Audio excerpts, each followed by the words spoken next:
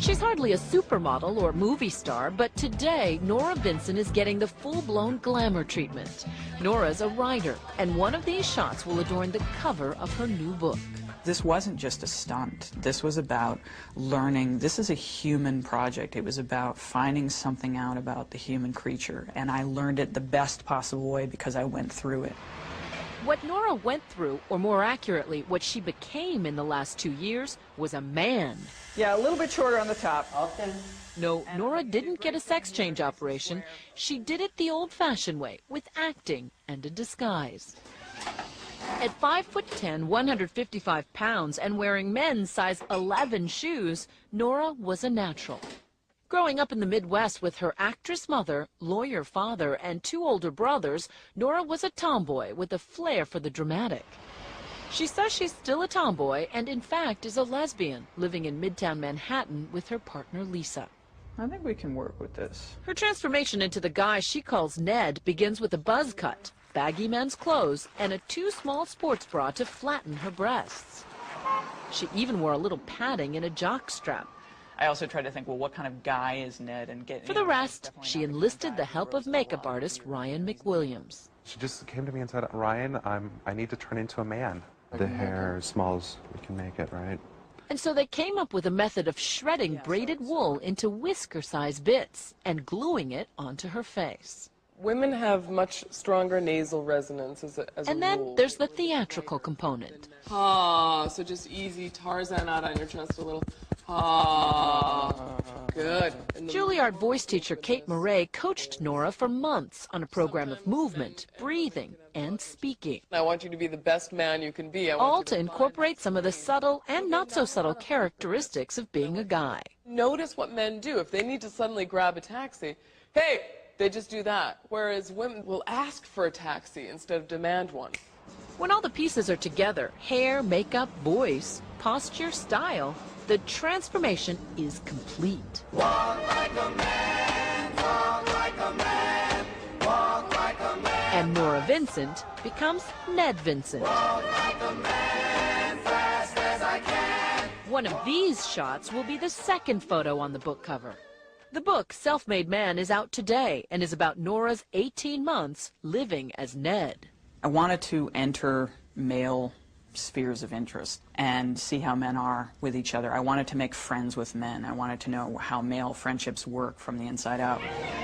Ned's first act as a newly minted male was to join that quintessential bastion of camaraderie, a men's bowling team.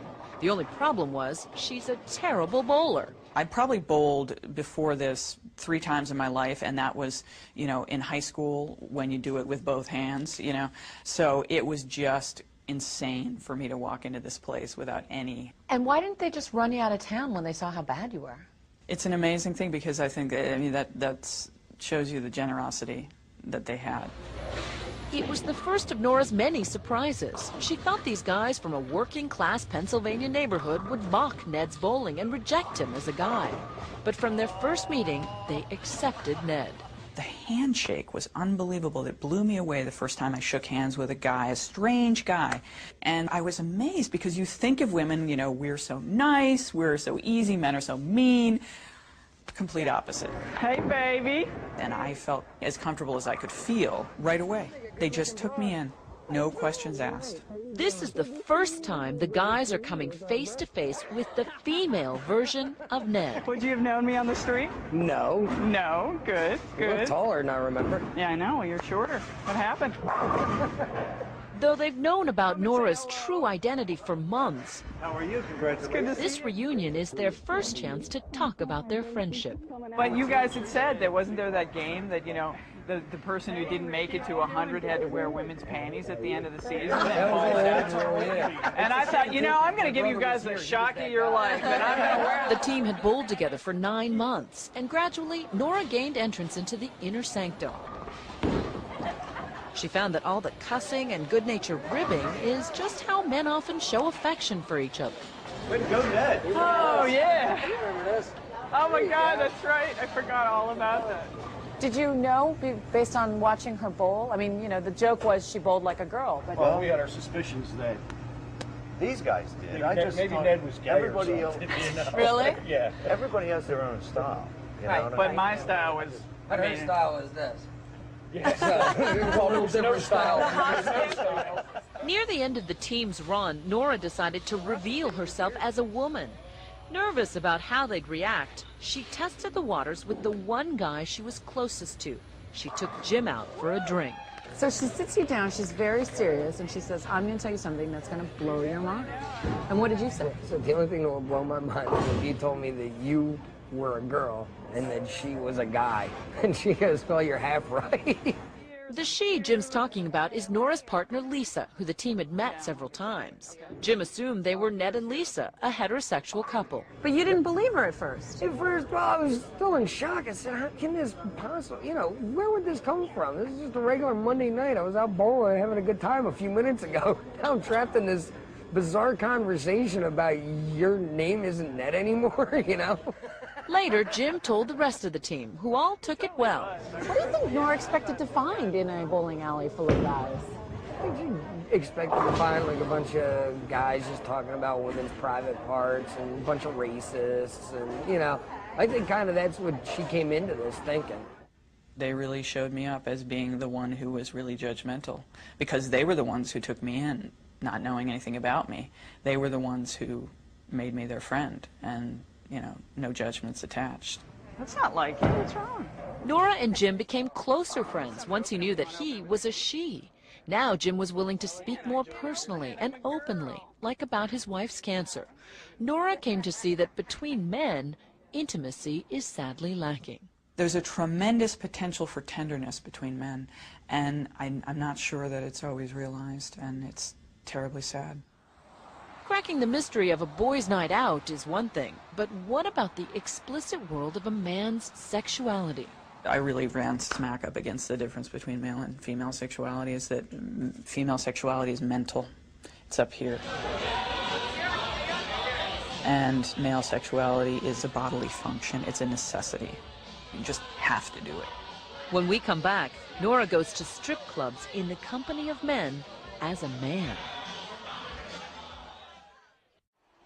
Over the 18 months of venturing out in the world as a man, Norah Vincent guesses she put on Ned's whiskers and clothes about 150 times. After the bowling league, she was ready for love and sex.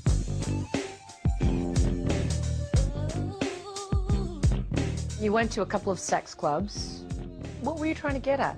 Well, at first I thought, this is sort of the quintessential guy thing to do, right? The bachelor party at the strip club. When I told people initially that I was doing this, they'd say, oh, you gotta go to a strip club. She says the clubs were obviously sexual, but once again lacking in intimacy, which leaves men emotionally frustrated. I saw the men there. I saw the looks on their faces. I saw them sitting alone, nursing their bourbon, and this is not about appreciation of women, of course. It's not about appreciation of their own sexuality. It's about an urge, and that's not always that pleasurable, really. These guys who go to these high-priced clubs would say, this isn't about pain, it's about pleasure. Men have had the tears and the emotional expression sort of pounded out of them from an early age, and so by the time they're men, they don't even have the vocabulary anymore, or the emotional awareness to really say what they're feeling. Norah says strip joints are about pure sex drive, completely empty of any meaningful interaction, even when a woman is gyrating on your lap. But you're attracted to women. Were you ever aroused during any of these? I really ran smack up against the difference between male and female sexuality, is that female sexuality is mental. It's up here. Whereas for men, Norah says, sexuality is, shall we say, below the waist. At its core, it's a bodily function. It's a necessity. It is such a powerful drive, and I think because we don't have testosterone in our systems, we don't understand how hard it is. So it never gets cold where you back in Australia? Throughout the project, Ned dabbled in the art of picking up a woman. Where'd your friend go? We went with him to this bar, wearing hidden cameras. This is my friend JC, I'm Ned. Norah was reminded that in this arena, it's women who have all the power.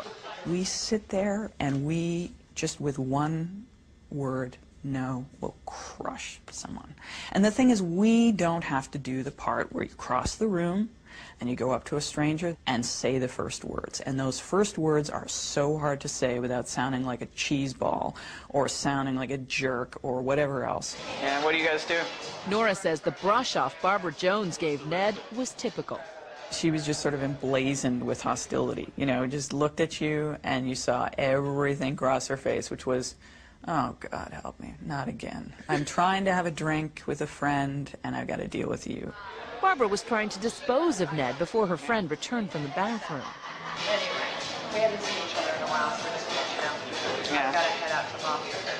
But Ned returned and told Barbara the truth about her gender. Saying you gave us all the lines, like, try to get rid of us. I see it, and as a woman, I have such sympathy. I'm like, oh, I hate being this guy that you're trying to get rid of. You know? Talking to a woman, Barbara seemed more open and friendly, and in the end actually apologized for how she had treated Ned. So sorry for being bitchy. Please. Does that kind of living in the skin of a man in the bar scene, in the dating scene, give you a different kind of respect for men? It gives me a certain definite sympathy. And I don't mean that there's any disrespect, but it just makes me understand what's going on. Norah, as Ned, also went on about 30 dates with women, mostly arranging them on the internet. Did you have any fun? Rarely. It was just an pretty ordeal. Unpleasant. Yeah. She says the pressure of Ned having to prove himself was grueling. Norah was surprised that many women had no interest in a soft, vulnerable man. My prejudice was that the ideal man is a woman in a man's body. And I learned, no, that's really not. There are a lot of women out there who really want a manly man. Ultimately, Ned told most of his dates that he was Norah. Many of the women reacted angrily, but usually just for a little while. Some women wanted to continue the relationship. They remained interested in pursuing something further. You know, so whereas... Sexually? Yeah. And that was heterosexual women who, that's what I'm saying. It's all up here. Because they said, well, we connected, and, you know, there's something, I really like you, and I don't care. How many guys would do that? That's the difference between male and female sexuality right there. Norah says she found differences not only in sexuality and intimacy, but in every walk of life. I'm in the market for a car, and... Take, for example, shopping for a new car. Going in as Norah, the sales pitch quickly becomes flirtatious. Any guy that gets in is going to feel like, okay, this girl's... I want to date this girl just for a car. Well, I didn't say that. But going back to the same salesman as Ned, the tone was all business, and the talk was all about performance. They have the 3-liter Duratec V6 engine. And in the end, a personal touch for Norah the salesman would never have offered Ned. All right? Thank you. You're welcome.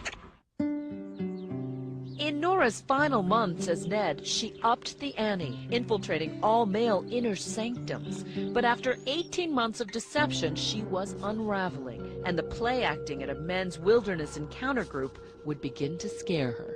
One guy had chopped up a log pretending it was his wife. So I thought, great, you know, we're going to have axes and knives. So I was terrified. Having survived strip clubs, dating, and a bowling league, Norah Vincent wanted Ned's last days to be among men only, in private and intimate surroundings.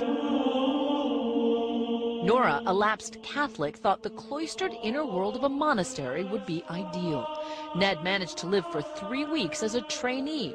The monks, she says, were pious, smart men, but they were still men. What made it prototypically male? What do you mean by that? The breakdown in communication, the need, the desperate need for male intimacy and the lack of ability to give it, really painful.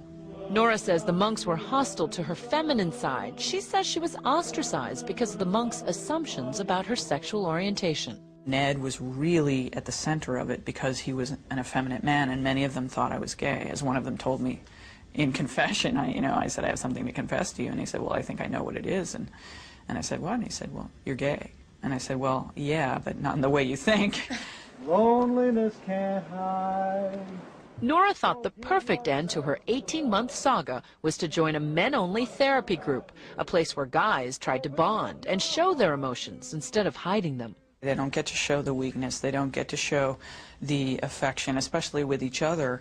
And so often all of their emotions are shown in rage. And they kept talking about their rage, often their rage toward women and what they would do physically and violently towards women. Right. A lot of this was blowing off steam. It's sort of talking about the things that need to be said that you know you would never do. I mean, you know, they would talk about fantasizing about chopping up their wives or something. It's not that they would ever do that, but it was a way to get out the blackest thoughts. He doesn't like doing that work, but he can't quit.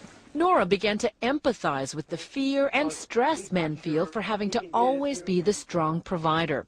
The therapy leader, psychologist John Gornishelli, saw Ned's shyness as typical of a newbie coming to brave the group. A lot of the guys spoke to me after the retreat and said, talking to him, I felt like I was talking to somebody feminine.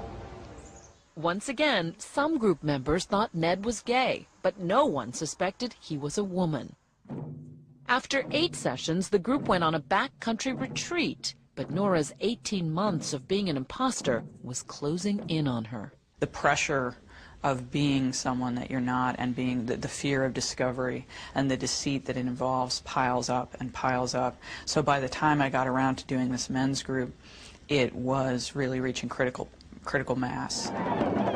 On the retreat, her fear became palpable.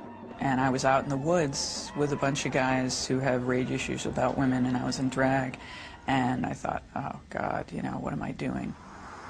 Norah was unraveling. She felt guilty about lying, as though she should be punished. In the final ritual of the weekend, the men were to act out the problems unearthed at the retreat with a partner. And you asked that he harm you. Yeah, I did. At that point, I was starting to really kind of crack up. I was really...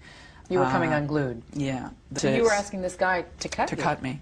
So self-mutilation is very much a female thing, and I think it was my way of paying the penalty for what I felt I had done. Norah was not harmed physically, but she continued her emotional descent, and a week later checked into a hospital with severe depression. Identity, she concluded, was not something to play around with. When you mess around with that, you really mess around with something that you need that helps you to function. And I found out that gender lives in your brain, and it's something much more than costume. And I really learned that the hard way. Norah says she's healed now and glad to be rid of Ned, but her views about men have changed forever. Men are suffering. They have different problems than women have, but they don't have it better. They need our sympathy, they need our love, and they need each other more than anything else. They need to be together. Do you think women understand what it's like to be a man? Not at all. No clue. No idea. John Gornishelli thinks Norah's conclusions that men are just as emotionally vulnerable as women are important and will be taken seriously because they came from a woman. I said to her, this is going to be revolutionary, because it's been looked at as though men were the perpetrators and women were the victims. This is not And now, one last identity switch. Gornishelli has never come face to face with the real Norah. Hi, John. I'm Norah. Hi. It's wow. Bruce teaches, so we can never come to the meetings. So. And both John and Norah are happy she is a she. The irony is not lost on Norah that it took a trip into manhood to help her appreciate her own femininity. I'm so much closer to myself than I ever was, that I really like me. I really like being me, and I really like being a woman. Did you like being a woman before Ned? I did, but I like it more now, because I think it's more of a privilege. That's perfect right there. That's awesome like that. Nice.